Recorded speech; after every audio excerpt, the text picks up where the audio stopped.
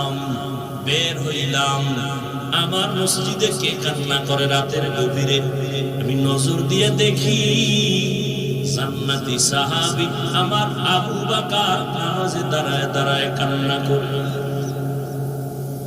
এরে আল্লাহর গোলাম, নবী বললেন, হে আবু বকর, নামাজে দাঁড়ায় রাতের গভীরে কেন কাঁদলে?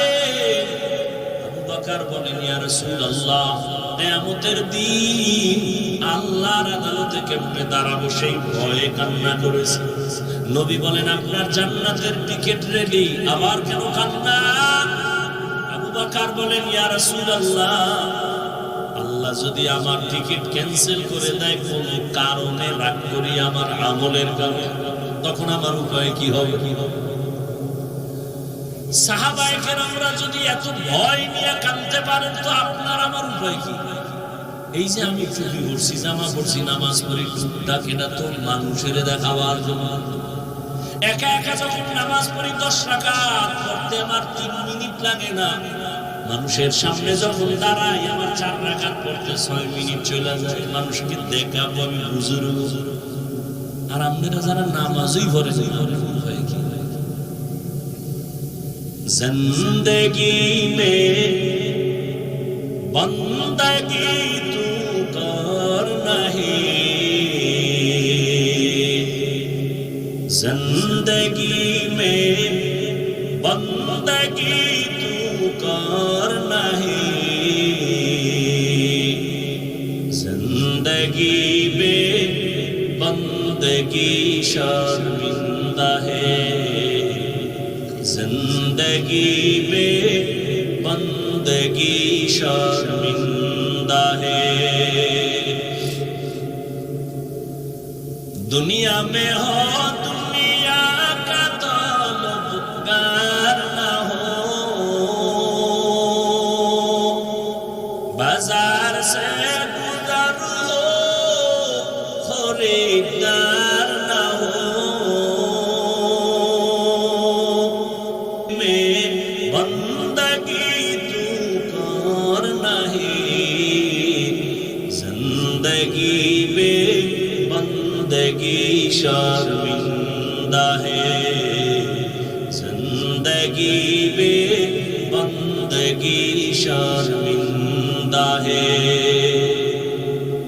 ও আল্লাহর বান্দারা, আমিও যদি আজকে দাড়ি কেটে পেনশনটাই লাগাইয়া রাস্তায় বাহাদুরের মতো ঘুরতাম, কেউ আমারে বাধা দিত না। টুপি মাথায় দিছি, মাথা গরম লাগে, তোমার থেকে কম বুঝি না। দাড়িটার কারণে যৌবনের ভাব চলে যায়, তোমরা যুক্তি দাও সেগুলো শুনাইতেছি। দাড়ির কারণে যৌবনের ভাব চলে যায়, তাও কিন্তু শুনি এবং বুঝি, তারপরও কাটি না।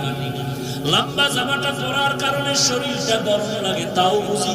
শুধু কি তাই, এই টুপি দাড়ির কারণে কত মানুষ গালি দেয়, কত বাজে কথা বলে, তাও শুনি।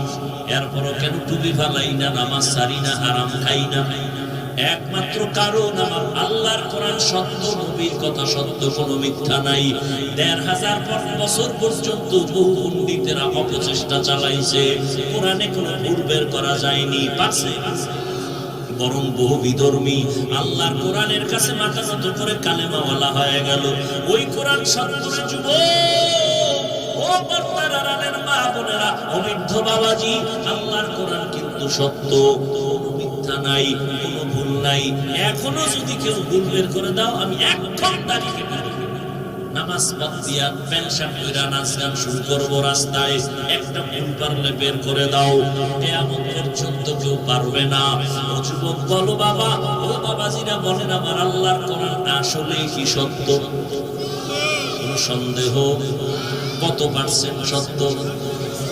2 নাম্বার প্রশ্নের জবাব দেন, ওই কোরআন শরীফের মধ্যে আমার আল্লাহ জান্নাতের বয়ান করছেননি? করেন নাই? সত্য কথা বলতে এত টেনশন কেন? ওই কোরআনের মধ্যে জাহান্নামের বয়ান আসেনি? কে জান্নাতে যাবে, কে জাহান্নামে যাবে, আল্লাহ তাও বলেছেন, ইন্নাল আবরারা লাফি নাঈম ওয়া ইন্নাল ফুজ্জারা লাফি জাহিম। নেক আমলওয়ালারা জান্নাতের যাত্রী, যারা গুনাহগার তারা জাহান্নামের যাত্রী।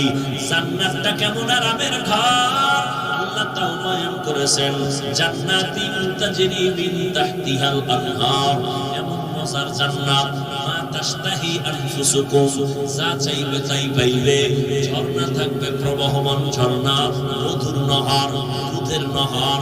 কত সুন্দর জান্নাত, যেখানে কোনো বাথরুম নাই, কালো মানুষ থাকবে না, সব থাকবে, বুড়া বুড়ি থাকবে না, সব যুবক যুবতী, সব সুন্দর আর সুন্দরী, কোনো বাথরুম তো নাই, কোনো দুর্গন্ধ নাই। এমন সুন্দর জান্নাত পাবে যারা নেক আমল নিয়ে যাবে। আর যারা গুনাহগার, এদের জন্য আল্লাহ জাহান্নাম বানাইছেন। কেমন জাহান্নাম আল্লাহ তাও কোরআনে বয়ান করেছেন, ওয়াকুদুহান নাস ওয়াল হিজারা আলাইহা মালাইকাতুন গিলাদুন শিদাদুন লা ইয়াসুনাল্লাহা মা আমারাহুম ওয়া ইয়াফআলুনা মা ইউমারুন। আল্লাহ তাআলা বলেন জাহান্নামের ইন্ধন হবে মানুষের পাথর। দুনিয়ার আগুনটা জ্বালাইতে মানুষ নরম জিনিস ব্যবহার করে, কেরোসিন, ঘের, কুটা। আর জাহান্নামের আগুনে তো ভয়ঙ্কর, আল্লাহ ব্যবহার করবেন শুরুতেই শক্ত জিনিস। বলে কি? মানুষ আর পাথর। কোন মানুষ? আল্লাহ তা বলেন নাই। গুনাহ নিয়ে যারা যাবে, কালেমা মুখে আসবে না, তাদের দিয়ে আল্লাহ জাহান্নামের আগুন জ্বালাবেন। আর পাথর, এই জন্য কোরআনের আয়াতে আল্লাহ বলছেন, এক আয়াতে পাথরেও জাহান্নামের ভয় কান্না করে। সুম্মা কাসাত কুলুবুকুম মিন বা'দি যালিকা ফাহিয়া কাল হিজারা আও আশাদ্দু কাসওয়া ওয়া ইন্না মিনাল হিজারাতি লামা ইয়াতাফাজ্জারু মিনহুল আনহার ওয়া ইন্না মিনহা লামা ইয়াশাক্কাকু ফায়াখরুজু মিনহুল মা منها لما يهبط من خشية الله وما الله بغافل عما تعملون।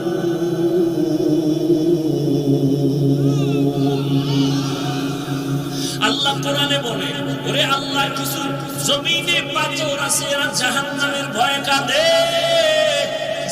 পাথর আছে, কান্না করতে করতে ঝর্ণা বের হয়ে গেছে, অনবরত পানি পড়ে। সিলেটের পাহাড়ে যাও, জাফলংয়ে যাও, ওরে বাবা চট্টগ্রামে যাও, ওরা পানি ঝর্ণা না, আল্লাহ কোরআনে কয় এটা জাহান্নামের ভয়ে কান্না করে। আবার কিছু এমন পাথর আছে, ওরা টপকায়া টপকায়া পানি করে হালকা কান্না করে জাহান্নামের ভয়ে। আবার কিছু পাথর আছে, ওরা যদিও কাঁদে না, কিন্তু ভয়ের কারণে ফেটে যায়। দেখবেন পাথর লাফ দিয়ে আজকে এখানে, কালকে আর এক জায়গায়। এইভাবে আল্লাহর ভয়। আর একটা ঘটনা আছে, পয়গম্বর মুসা নবীর আমলের, নবী আল্লাহর কাছে কথা বলতে যান, দেখে একটা পাথর কান্না করে। নবী বলেন, ও পাথর কেন কাঁদো? বলে, আল্লাহর আযাবের ভয়ে কান্না করি। মুসা নবী ফেরার পথে আবার আইসা কয়, এই পাথর, আল্লাহ মাফ করে দিছে, এবার কান্না বন্ধ করো। মুসা নবী আবার ওই পথ দিয়ে আবার যাইতেছেন, আজকে দেখে পাথর আরো কাঁদে। জিজ্ঞাসা করে, সেদিন করে বলছি শুনো না, আমি তো নবী, কি মনে করেছো মিথ্যা? আপনারা বয়া বয়া আবার যুক্তি খাটাইবেন। সালাক বাঙালি তো আর বসে থাকে না, খালি শয়তানে এরে আঘাত করে। নফস তার ভিতরে আছে না। শয়তান তো তিন দল, মানুষ শয়তান, জিন শয়তান, নফস শয়তান। এক শয়তান প্যান্ডেলের বাইরে জিন, আর এক শয়তান ভিতরে শরীরের মধ্যে নফস শয়তান, আর এক শয়তান আপনার ডানে বামে বসা মানুষ শয়তান। শয়তানের ভেতরে আঘাত করে, পাথরে আবার কথা কয় কেন? এটার জবাব শুরুতে দিছি না, কথা হয় মনে আছে? অসম্ভবকে সম্ভব করার ক্ষমতা কার? মুসা নবী বলে, সেদিন বলে গেলাম তুমি মা, তোমারে দিয়ে জাহান্নামের আগুন আল্লাহ জ্বালাইবেন না, এরপরে কেন কাঁদো? পাথর কয়, রে নবী মুসা, এত বছর কান্না করে আমি বুঝতে পেরেছি আল্লাহ প্রিয় হলো কান্না। এখন আমি আল্লাহর কাছে আরো মুহাব্বতের হওয়ার জন্য আরো কাঁদতেছি। কান্না এমন এক দাম আমি বুঝি সন্তান যদি কান্না করে বলে আব্বু মাফ করে দাও, মা বাবার মায়া পারে না কখনো। ছাত্র যদি বলে হুজুর বা স্যার আমারে মাফ করে দেন, মায়া কমে না বাড়ে। মা বাবা শিক্ষকের থেকে আল্লাহর মায়া কম, অনেক অনেক বেশি। যদি বান্দা একবার বলতে পারো হে মালিক, শয়তানের ধোকায় পড়ে গুনাহ করেছি, তুমি দয়া করে মাফ করে দাও, আর নামাজ ছাড়বো না, দাড়ি কাটবো না, বেপরদায় চলবো না, মা বাবার সাথে বেয়াদবি করবো না, উলামায়ে কেরামের সাথে বেয়াদবি করবো না, নবীর তরিকা মেনে 5 বেলার নামাজ পড়বো, কারো বরদোয়া নিব না। ও আল্লাহ, আপনি আমাকে মাফ করে দেন। আল্লাহ বলেন আমি ওয়াদা করলাম, যদি তুই চোখের পানি ছেড়ে কান্না করো, আমি তোর জীবনের সব গুনাহ 1 সেকেন্ডে মাফ করে দিব। ও এলাকার বাবারা, ও বৃদ্ধ বাবাজি, পর্দার আড়ালের মা বোনেরা, আল্লাহ পাক সন্তান দান করেছেন। কত মানুষ বিবাহ করিয়া কত তদবির নেয়, কান্না করে সন্তান পায় না। আর আল্লাহ আপনাদের যাদের সন্তান দান করেছেন, নিয়ামত মনে করে সন্তানটাকে আদর্শের পথে রেখে যান। ডাক্তার হলেও কোরআন পড়িয়া মা বাবার জন্য দোয়া করতে ভুলবে না। আদর্শ যদি সন্তান রেখে যান, ইঞ্জিনিয়ার হলেও কোরআন পড়িয়া মা বাবার জন্য দোয়া করতে ভুলবে না। আল্লাহর কাছে এখনো সময় আছে, তওবা করে নেন। ও বাবাজি, আপনিও তওবা করেন। আপনার মতো কত বুড়া মানুষ মসজিদে গিয়া নামাজ পড়ে, আপনি কেন পারবেন না?